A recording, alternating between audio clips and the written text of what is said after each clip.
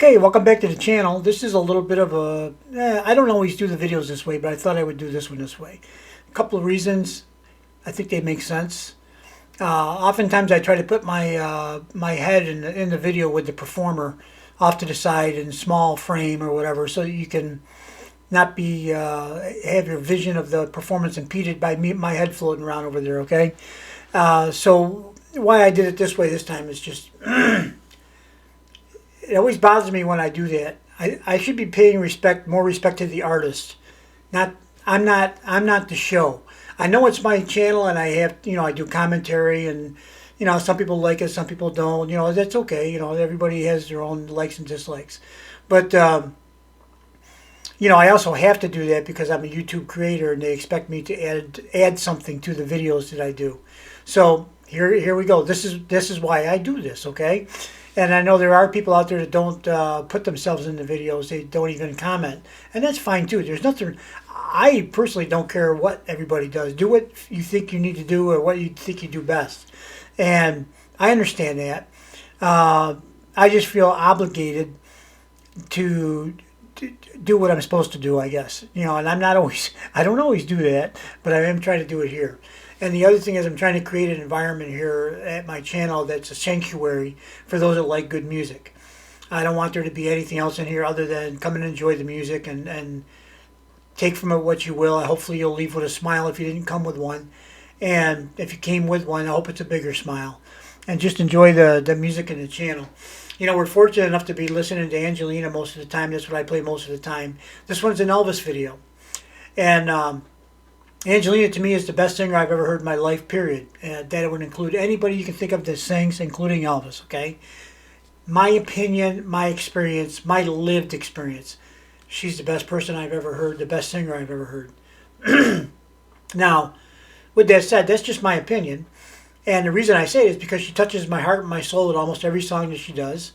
And not every singer does that for me. There are some that have done it on many occasions, just not consistently like Angelina does. So that's pretty much my criteria for picking her. Plus she has a unique voice. She's classy. She has a nice style. Her family upbringing seems to be rock solid. There's so many good things about her that also lead me to look at her as she's a great role model for young people.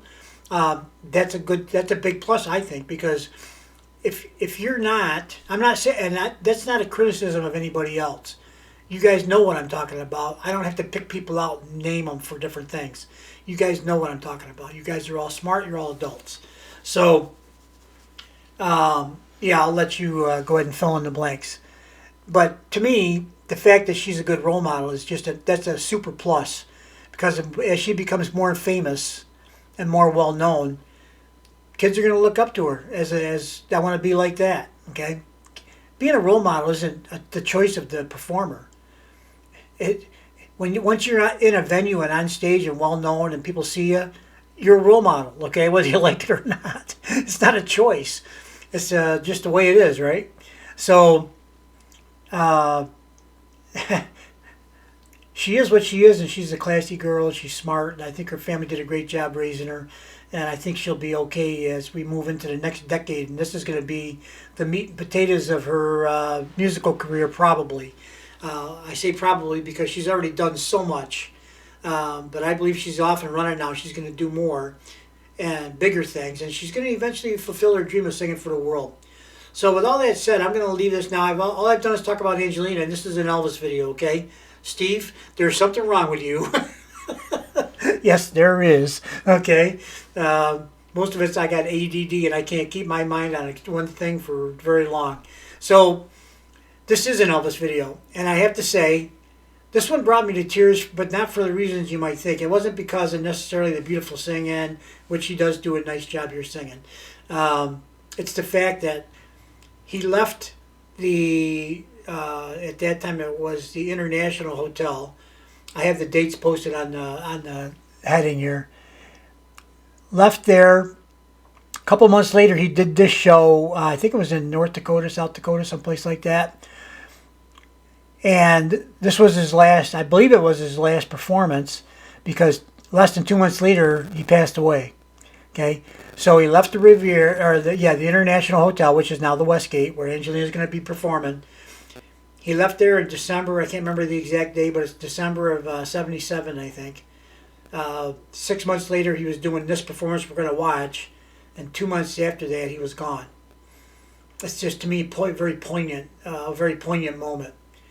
And to think about it, it's just, you know, I get teared up because, you know what? He was a great performer. I miss him, okay? Was I his greatest fan? No, I was not his greatest fan. I didn't go get an Elvis tattoo. I didn't do any of that stuff, okay? I listened to him. I liked a lot of his music. Most of it, I would say. Even his movies, I thought were kind of, you know, they were, I forget, there's probably a name for that style of movie, you know, those old, what were who was that actor? Where he did all the beach movies with Annette Funicello. You know, everyone's, you know, girls running around in bikinis and the guys acting stupid, you know.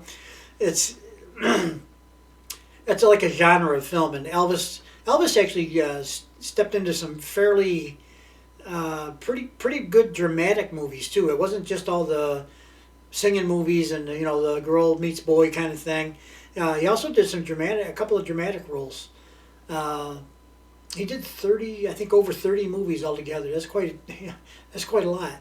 And he stepped away from performing music for about 10 years. And that's when they say that this international hotel where Angelina is going to be singing is now the Westgate.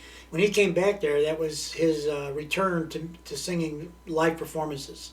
And he was there for 7 years roughly, give or take one way or the other. And then up until December of '77, and then he retired. Then he went and did this show here. I forget what it was all about. I don't know how important it is, but you know, the reason why I tear up is because to see his condition, and you know, there were rumors of drug abuse and stuff like that. I don't know if it's, you know, what do I know? I never got into drugs, so I wouldn't even know. If you handed them to me, I wouldn't know what they were. So, yeah, and I just feel bad when that happens to anybody. I feel especially bad when it happens to a celebrity because I think sometimes, I feel bad. Sometimes people that are celebrities, they have a lot of money, a lot of fame. It's got to be a tough lifestyle. You can't go anywhere or do anything without people following you, you know, taking your picture, wanting something from you, even just to say hello. And it's got to be like, it can be fun probably at first, but then after a while, it's like, yeah, really, come on, leave me alone. You know, that's what I mean. That's what I don't know. I'm not there, so I don't know. But it seems like it could be an issue over time, especially over time. It would wear you down a bit. But then, you know, then the other thing is, like, once you got money and fame and everything else you could ever possibly want in the world, it's always, I think human beings are built to be thinking about what's next. How can I step up my game here a little bit? And I think that's where a lot of them get in trouble. They go and do things maybe they shouldn't be doing, and it's just a way to try to break the monotony of day-to-day, trying to be better than you were the day before, right? And it's tough. It's got to be tough. Because once you run out of a reason to get up in the front, you know, this is just my personal belief. Once you run out of reasons to get up in the morning and go get busy doing stuff, it ain't long. I don't think you're not really around much after that. Why would you want to be? You know, there's nothing to do. You know, you're not being a productive human being. And even if your whole mission on a particular day is to sit in a rocking chair on the front porch and watch the birds sing, that's something. If you look forward to that, that's something. It's not nothing, okay? Are you producing anything? Well, you don't have to work in a factory. That's not what I'm talking about. What I'm talking about is, you know, get up, make it happen, do whatever makes you happy, and if you can make the world a better place by being nice to somebody else once in a while, that'd be great. So let's get on with the video. I think I've talked way longer than I was going to talk, and that is not unusual. We're up to almost 10 minutes, so I'm going to stop the video here. We'll get going. So for those that are still here, I think I'll put a title up there too. Elvis is going to start singing at about 9 minutes and 30 seconds, but I'll put a thing up on the thing there, okay? I'll put a thing on the thing. See you later, guys. Thanks for listening to my little introduction to the Elvis video. And, you know, you guys, the people that are rabid Elvis fans, he can do no wrong and everything's fantastic, okay? For those that are medium Elvis fans like me, great singer, great entertainer, great performer. And I miss him. I wish he was still here with us, but he's not. And he did a lot for, He brought rock and roll into the mainstream. And I would say kicking and screaming for the most part. There's a lot of people kicking and screaming. They didn't want it in the mainstream. But yeah, he did that. He did that almost exclusively by himself. There's other singers that were in that genre and in that time frame, but he really, when he got I think when he got the gig at the International Hotel, that really normalized rock and roll in a lot of ways. I read a couple of news clips that said that he is pretty much primarily responsible for, I forget what they call it, where artists stay places and stay right there in the hotel or in where they're performing. I forget what they call it. There's a name for it. But he kind of started that because that's what he did. He ended up staying there, living there. And he initiated that. And he also is one of the people responsible for, people went to Vegas to see Elvis Presley perform. Prior to that, they went to gamble, and then they would go out later in the day after gambling all day, and they'd say, hey, let's go see a show. And they'd go, who's playing where? They'd ask somebody at the front desk at the hotel, who's playing where? And they'd say, well, this guy's playing here, this one's over here. Then they'd go there and watch a show. I've been to Reno and Tahoe. That's what I did. I asked the guy at the concierge, what kind of shows are there? There's good shows out? Yeah, this person's playing here, this person's playing there. And I went to go see a show. I had absolutely no plans, nor did I know who was performing. And this is pre-computer days, so you didn't really, you'd have to actually call out here to ask somebody if you weren't from the area. So, he changed that whole mindset about, I'm going to Vegas to gamble, and if I got a few minutes, I'll go see a show maybe. Now it's, I'm going to go see Elvis, and the gambling becomes secondary. It's not that it's not going to happen, but it's not the reason you went to Vegas, and that's a whole different mindset. So that think about that. Him, every show he did, over 600 shows, was sold out. Every single one. People went there to see Elvis. He was the hottest ticket in town. He got paid as much or more than any other entertainer, including people like Frank Sinatra. I forget the other ones that they listed. There was I think it was Celine Dion even. So, there's a lot of big names. Barbra Streisand. Barbra Streisand actually was the first person to sing at the International Hotel before Elvis. Then once Elvis got there, he was the star attraction, of course. But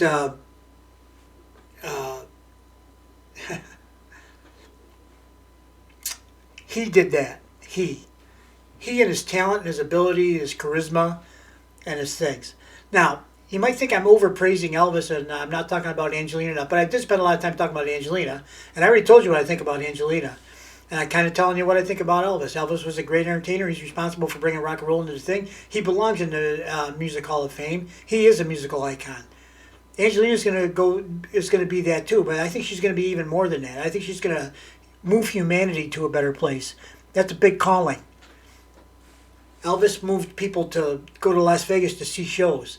Okay, Angelina's going to, I hope, change humanity and make it a more loving and kind place. I believe she has the power to do that. I ain't saying it's going to be easy. I ain't saying it's going to be quick. But her voice has something in it that's magical. And as Elvis did, he was a performer, man. He was an entertainer and a singer. A good one, too. So now that we're up to almost 14 minutes, let me go ahead and end this video. I'll post it. I'll put a timestamp so you guys know where to go for the music start, okay? And if you're still here listening, God bless you, okay? We'll see you on the next one. Bye-bye. Thank you very much, ladies and gentlemen. There's something else I'd like to try to do. I'm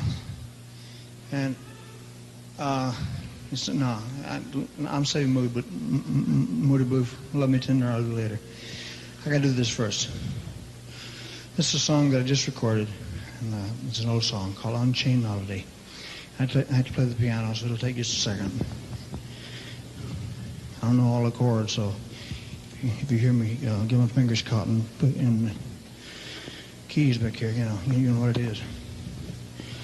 Now, Charlie, you gotta make it your mind, son. You gotta hold the microphone, put the scarf on, hold the pick, hold the ring, show me the right keys. Got it? Okay. This song is, I just recorded it, and I don't know. Is it out? About 2 weeks. 2 weeks to be out?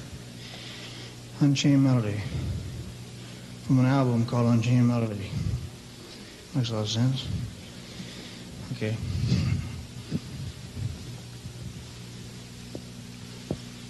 How you like it so far?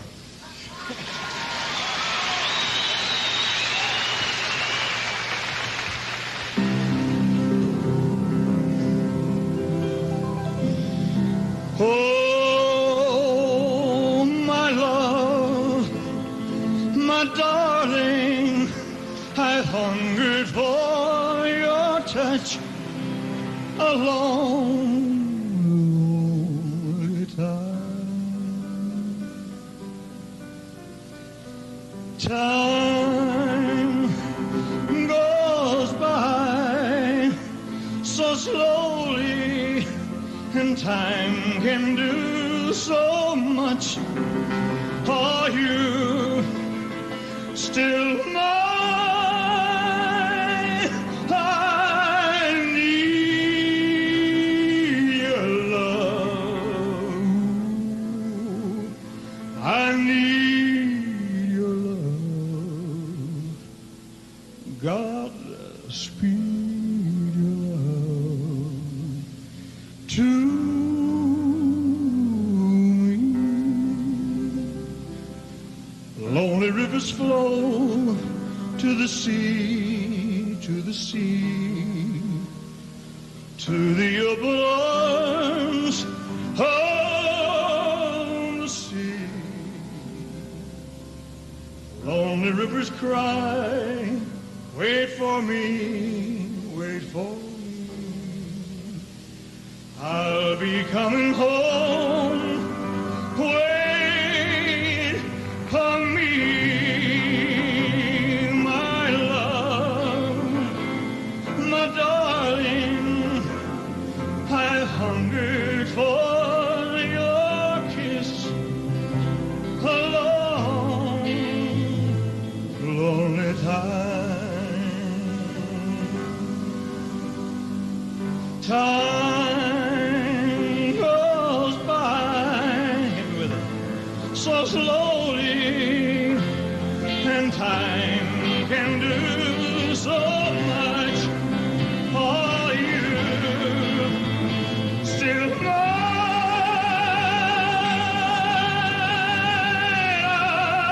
I need your love. I need your love.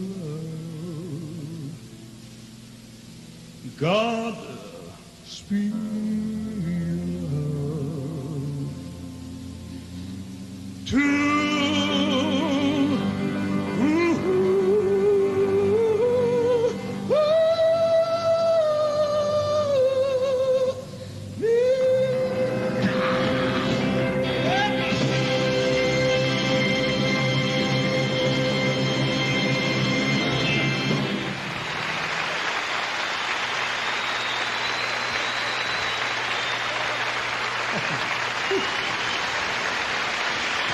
Thank you. You're fantastic. Thank you, ladies and gentlemen.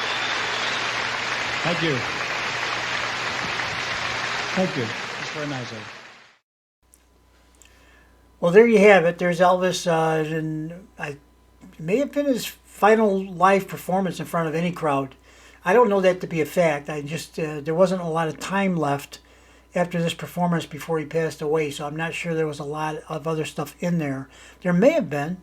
I don't really know. I'd have to do a little more research, but you can do the same research I do and just ask Google. Google will tell you everything. You'll be able to find resources for that.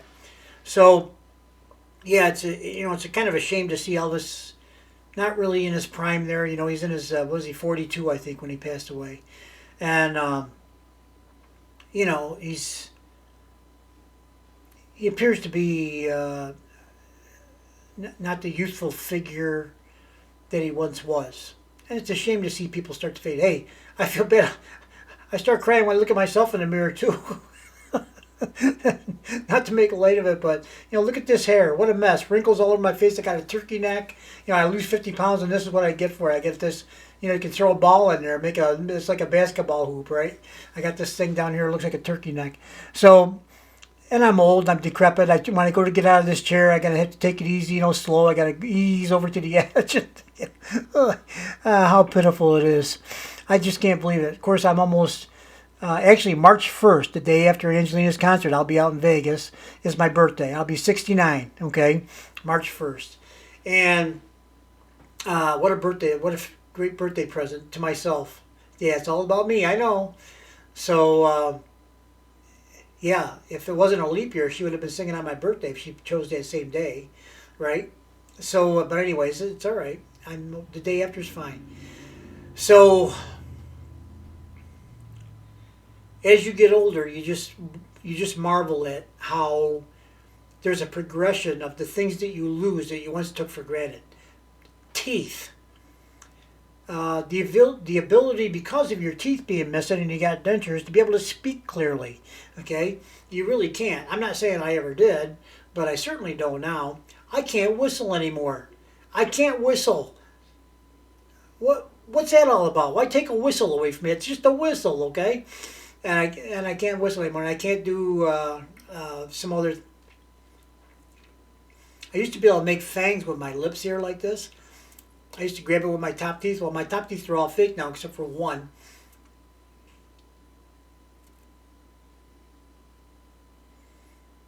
Yeah, it's a small version of what I used to be able to do. A piece of cake, just do it, right? Now, I've never seen too many people that can do that. It's not a skill. It's nothing really that everybody wants to do or will do. But for me, it was a piece of cake, and all my friends used to try to do it, and they'd be there pulling on their lips and trying to make it happen. And, not too many people could do it. Now, actually, I don't know any of my friends that could do it. And they say, "Hey, Steve, come on, do the vampire thing. Do the vampire thing." Yeah, okay, yeah, no problem, no problem. I used to be able to just whip it right out, right? Now I got to nurse it along. And it's all because of my dentures, right? That's just one thing. Then my hair was always kind of a nice, dark brown. Sometimes in the summer to get light brown, of course, a little blondish almost. And then as I got older, because I work outside in the sun all the time, my hair would get kind of blondish. Not so much gray. It didn't look gray to me. It looked more like blonde. And every time I got a haircut, it looked a little more gray, a little more gray. And now look at it. I don't know what that is. I can't tell you. There is some brown up there somewhere. Unless it's dirt, I don't know what it is. Okay, but it's mostly gray. Hey, I'll be 69 in a month. I guess it should get gray sooner or later, right? So there's that. Walking upstairs, walking downstairs, kneeling down to get something, getting back up. All these things now are a bit of a challenge. And getting in and out of the car. If you got a car that rides a little low to the ground, you almost got to have an assistant to get in and out of a car. And trying to communicate with people that are 40 years younger than you. Good luck, okay? It's a whole different thing. And I guess there was a period of time in our life when we were on the young end of that deal. Now we're on the old end of the deal. And yeah, it's tough sometimes. It's like a whole different language, everything means something different. The things you say that you think are funny, they cock their head like the dog when I say, whoo, And yeah, it's just unbelievable. Unbelievable. Putting your shoes on. How hard was that when you were young? I don't remember ever having not one problem putting my shoes on when I was young. Sometimes, if you double knotted your sneakers, you might have a hard time getting the knots undone so you can get your shoes, the sneakers back on. But that's a technical difficulty, okay? Actually putting them on your feet is now a challenge where you have to have something near you can hang on to keep your balance so you don't fall over on the floor. And then you're rolling around there like somebody just landed a tuna on a tuna boat, right? And it's like... Oh, how bad is it? Oh, it's bad, I'm telling you, it's bad. So, all that, right? And then you don't really have the body and the physique that you used to have. So every time you put something on to wear it anywhere, especially if you're going to somewhere nice, you can't put anything on that's going to make you look good. Nothing. There's nothing made that it's going to make you look decent when you're old. Okay? You're going to look kind of fat. You're going to look bent over, and you're going to look all crumpled up like a. You're gonna look like somebody crumpled up a paper bag and threw it over the corner. You just crawled out. You just crawled out of it. That's what you're gonna look like, okay? And yeah, no matter what you do. Now, I suppose if you have a personal valet or you have somebody that can take care of you, they can iron your clothes and make you look about as good as possible. But you still look like an old duffer, okay? And there's nothing you can do about it. I'm there, man. I'm not talking about other people. I'm talking about me, okay? Yeah, when I got to take my teeth out every night and wash them. I gotta brush them, get the glue off. Oh my God! I gotta scrub the glue off the dentures. So I can get ready for the next day. I don't want old glue on new glue. I guess I don't know what's on. And get them nice and clean. And I put them in some. I actually soak my dentures in Listerine every night. After I soak them in Alka-Seltzer looking stuff that makes supposed to clean them. I guess that's after I brush them for a while. I actually brush them when I'm in my mouth first because that's the best way to hold them in place while I do it. And then I take them off and I brush like the inside part. Yeah, and all that fixed dent is in there, that pink denture cream stuff. Oh, I can't believe what my life has come to. And then, of course, when I had prostate surgery, I had to wear diapers. Yep, it happened. I had to wear diapers. Me, okay? I made the best of it. You know what? And I got to say, they actually were pretty comfortable. I thought about wearing them around just because they felt good, okay? Oh my God. This is what it's come to. And I'm not even all that old yet. I'm getting there, but it's like, what's next? Okay? All I can do is picture, they got the zombie movies where the zombies arm, there was a commercial, I think. The zombie's arm falls off. It's like, yep, I can see that happening actually. I'm surprised it hasn't happened yet. So, anyway, this is an Elvis video, and I'm over here making jokes. It ain't right, okay? But I'm having a little fun tonight because I had I don't know if I should tell you this. Hey, I'm a little free-flowing tonight, so I think I will tell you. I had about a week and a half, 2 weeks ago, every piece of my finances and my technical life got hacked.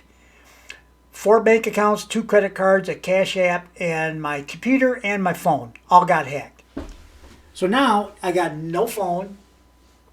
Well, I was using my computer and I didn't realize it, but it had spyware or something on it where they can see your screen and your keystrokes and all that. So they let me use that because they wanted me to keep putting in passwords and everything else so they could steal them, right?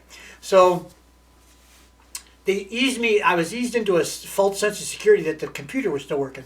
So I could still do videos and stuff like that, okay? So that was all good. That didn't really interrupt the flow too much. But once I found out I got hacked, now every day I'm out there and I got to go see the banks and I got to do this and I got to do that and I got to close this and open up something else. And, I can't get into my accounts. I don't have a phone that works. I can't.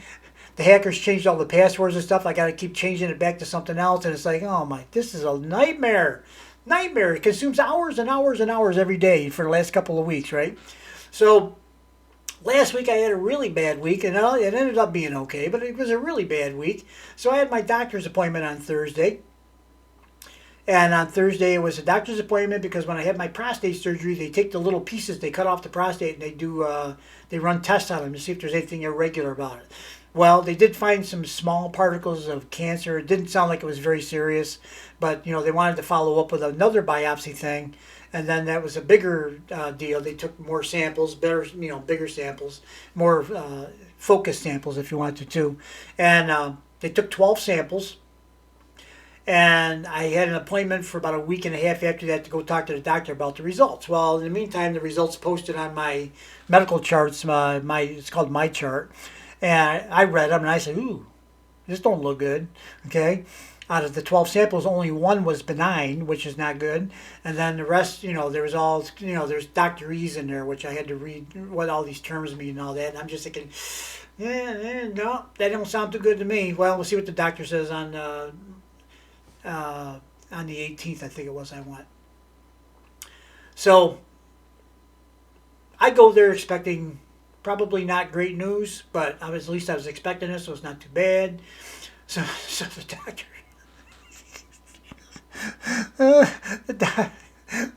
why I think this is funny, I couldn't tell you.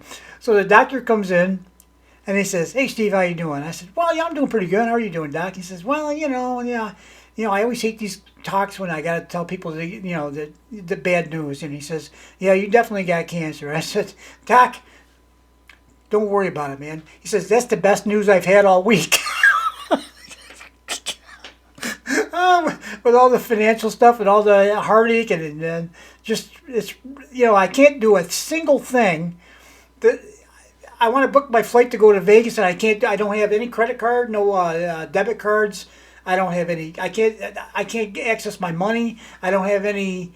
I can't really prove my ID other than my driver's license, which is in my pocket. But I took some cash. I was able to take cash out of some of the bank accounts I closed, but I didn't take it all out, and I didn't. I'm not carrying it around with me either. So I got to go pay cash for a plane ticket. I don't even know if you can do that, and I don't even know if they'll. If I can't identify myself, they might not even sell me a ticket. I tried to buy a $25 track phone at Walmart for something to use as a phone. I figured it's just disposable. I'll use it during this crisis time. Once that gets resolved, I probably wouldn't use it anymore, right? Because you got to buy minutes to put on there and all that. I wouldn't even be able to remember the number very well, I wouldn't think. So I go to buy the phone, right? $25. The phone is $25. That's all it costs. The phone, you pay them $25. You buy the minutes, you put them on there. You got a functional phone. There's no contracts. There's no other charges. There's no fees. There's none of that, okay? So I go up to the counter to buy the $25 track phone. And the guy came over and talked to me about it too. And he says, "Yeah, it's just $25." I said, "No tax?" He says, "No, no tax, no nothing. $25 phone." Okay, I go up there, I whip out $25 in cash, put it down on the counter. The guy starts punching in whatever he's got to punch in to get the phone to work. "Oh, I'm sorry, sir. We can't activate the account and you can't buy the phone." I said, "What?" "Yeah, we do a soft credit check as part of our process of getting the phone up and running." He said, "And your credit is frozen." I said, "Yeah, I know. I froze it. I got hacked. I told you that, okay? One of the things I was advised to do is freeze my credit, all three major credit reporting agencies." He says, "Well, unless you can get that off of there," he says, "you can't buy one of these phones." I said, "A $25 throwaway phone and I got the $25 right here. Look, $25, okay? I got it right here. I can't buy it." "Nope, you can't. We can't activate it without them having your credit report information." And I said, "First of all, why would you need a credit report? I'm not buying it. There's no contract. There's no anything. I'm paying for the whole thing right now. Why would you need a credit report?" "Well, you know how it is, right? It's part of the process." So, yeah, rough week last week. "Doc, thank you so much for the great news. I got cancer." Oh boy, I'll tell you, there I'm crying again, I'm crying tears of joy. I'm happy to be here, okay? And there's treatments and all that kind of stuff, and I'm going to be talking to the doctors about what to do and how to do it, and blah blah blah blah blah. And I gotta pick surgery or radiation, and I got a quarter waiting right here for the coin flip, okay, one way or the other, and that's it. That's it. I'm just going to deal with it. That's all. That's all I ever do in anything in my life. I just deal with it. And fortunately, usually prostate cancer is not all that. It's not as serious as a lot of other types of cancer. I happen to have one that the cancer is on the outside of the prostate, which is worse than if it's on the inside of the prostate, I guess. It's a little faster moving and more of a concern. That's why we got to act on it pretty quickly. And we caught it pretty early, I guess. So, hopefully I got good survival chances, I guess. And if they keep on hacking my sites, I don't care if I live much longer anyway. If they keep on hacking all my accounts and all that, yeah, you can't function that way, man. You just can't. That's what I said to somebody there. I said, "Well, I can't do anything. I got to learn how to send smoke signals. That's the only thing I can think of how to communicate with anybody anymore." And I said, "I don't know how to do it, so I got to go get lessons somewhere. And then I can't pay for them." Unless they take cash. If they wanted the ID, I don't know if that's any good anymore either. If they run a credit check, I'm out. I can't do it. So, yeah, it's just been a crazy week. So, sorry about that. I went on a big rant. I shouldn't have done it, but whatever. And I wasn't going to tell everybody that like this, but I don't know. I just did. So, shoot me. Yeah, please.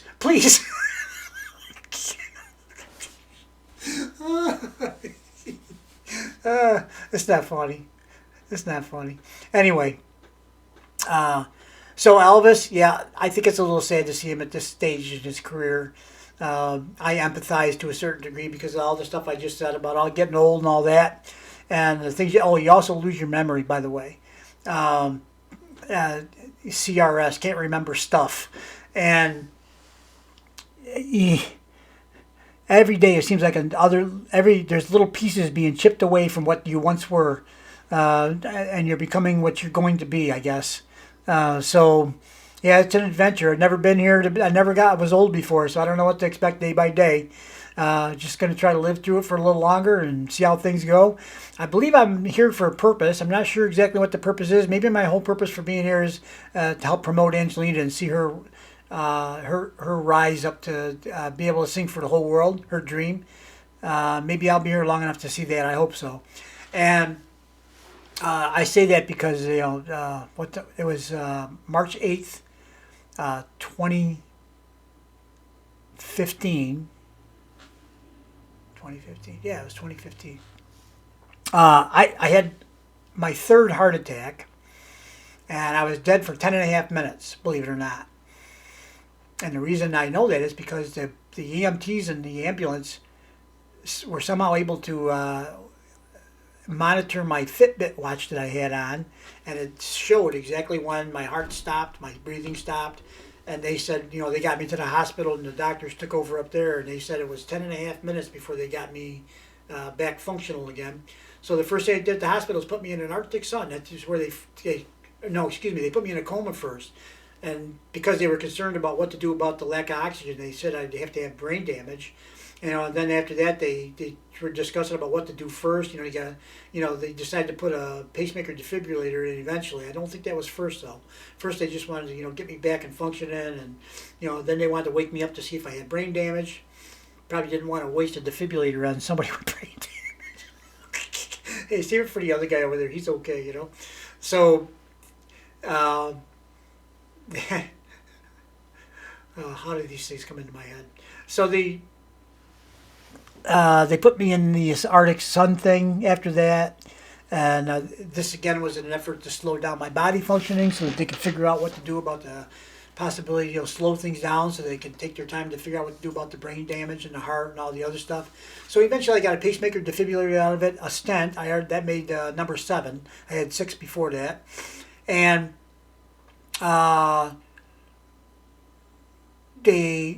my family had to listen to this speech about, when they had me up there, they were going to take me out of the coma, and they go out and tell my mother, my sisters, and whoever else was there, friends, well, he may come out of this, he may not, we don't know. We don't know if he's going to be all right. We don't know if the lack of oxygen is going to cause brain damage, and he may not even come out of it. He may not make it out of the coma. We don't know. This is all unknown stuff. We don't know what to expect. So, I don't want you to be too worried, but I also don't want you to get your expectations too high and blah, blah, blah. So everybody's crying and all that. Well, I got a couple sisters who weren't crying. They were getting busy ordering pizza and beer. But, yeah, I was, hey, it is what it is, right? I was unconscious. I didn't know any of this stuff. So they take me out of the coma. Then they come out and say, "Well, he came out of the coma. Okay, it looks like now we got him in an Arctic sun, and we're still deciding what to do and how to proceed and blah blah blah." So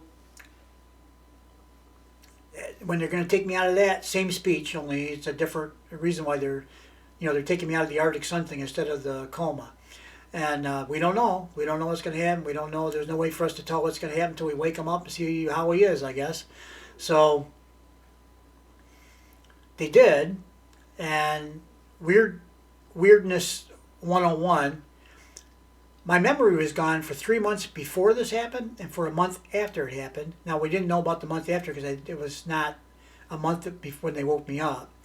But I had no memory of anything, including the day of the heart attack. I had no memory of any of that. And I had no memory of anything for 3 months before, and I didn't have any memory until eventually a month later I woke up sitting on my couch wondering where I was and what I was doing. But eventually all my memory came back except for the day of, which was a good thing. And the doctor told me that, it might come back, it might not, it might get worse, blah, blah, blah, blah, blah. So but I ended up getting all my memory back except for the day of.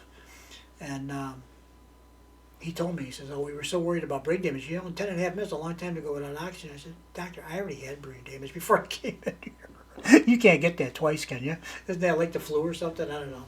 So, yeah, I try to make light of a lot of things. I just think that sometimes I think the things that go on in our life sometimes are so strange and absurd at times that they just make me smile and kind of laugh a little, because it's like, yeah, just just another few footsteps down the trail. Here we go, and it's just a way. I guess it's how you look at it, right? And some things just strike me funny. I don't know why, even if they're if it's dark humor, I guess. So there, boy, did I tell you? Did I get on a? I got on a thing tonight here. So if there's anybody still listening, you got a little extra stuff there tonight that I don't normally put in videos, and I didn't put it in here to get extra views and clicks. I imagine pretty much everybody's gone by now. But yeah, it was just having a little fun there. Sorry about that. I get a little silly sometimes. Lots of times. Okay. Well, I guess that ends the show for tonight. And yeah, it's again the Elvis. Go back. Let's go back down. Let's end on Elvis, okay? Not end on Steve talking about Steve, okay?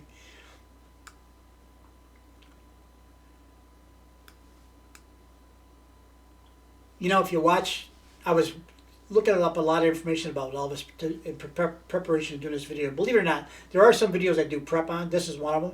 I don't do prep on most of the videos. I just watch it with you guys, pretty close. I might watch a few seconds in advance.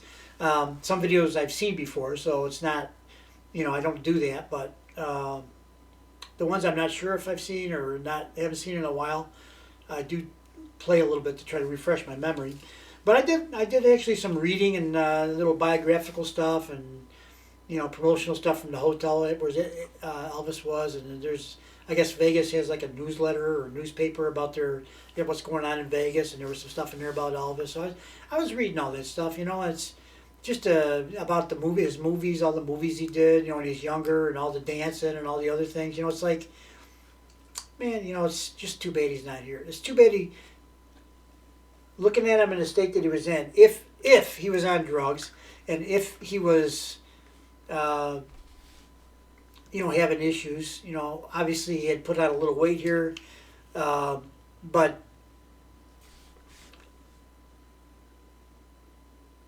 a better ending to the story would be if he got himself back in shape, cleaned up his act, whatever he was doing. And then really went out there and, did another comeback, okay? And did a little, maybe a little tour of some kind or something, whatever, or played it in a few special venues. Like a lot of the older singers do. They're not always out there. There's a few of them that are out there all the time still. Who was it, Tony Bennett or something? Who was that guy that's still out there singing? I think he's 90 years old. Not everybody can do that, can pull that off, but there is one out there doing it right now, I think, actually. So, it'd be so great to just see him out there just picking a few of the songs that he could still do, and really knock it out of the park and, belting them out, and then, or even doing the slow romantic ones, He had a great voice. He had a great way. He had a lot of charisma. Still, even in this video.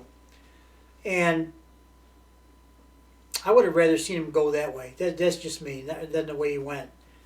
And, I don't know. I feel bad, and I think the celebrity and the fame and the money and all that all has a part in it too. It's really, it just you can do anything you want, and then you do stuff like this. You do this self-destructive stuff. If that's true, I don't know if it's. There's always been controversy over how Elvis passed away from what, right? But. Most people aren't most people aren't going to come out and admit that's what it was anyway, especially back at that time. But I don't know. Who knows? I don't know. I just feel bad. I wish he was still here. I do. You know what? I wish he was still here, and he would him and Angelina could do something on stage at the International as a you know, another comeback thing for Elvis, and then welcome to the adult world of entertainment. You know, the being an adult, being an entertainer, not being a child star anymore. Well, I guess that's long enough. That's 28 minutes and a half of me talking about miscellaneous things, including Elvis. So you guys have a good night, good morning, good day, whatever it is, wherever you are. Elvis has left the building, and so has Steve. We'll see you on the next video. Bye-bye.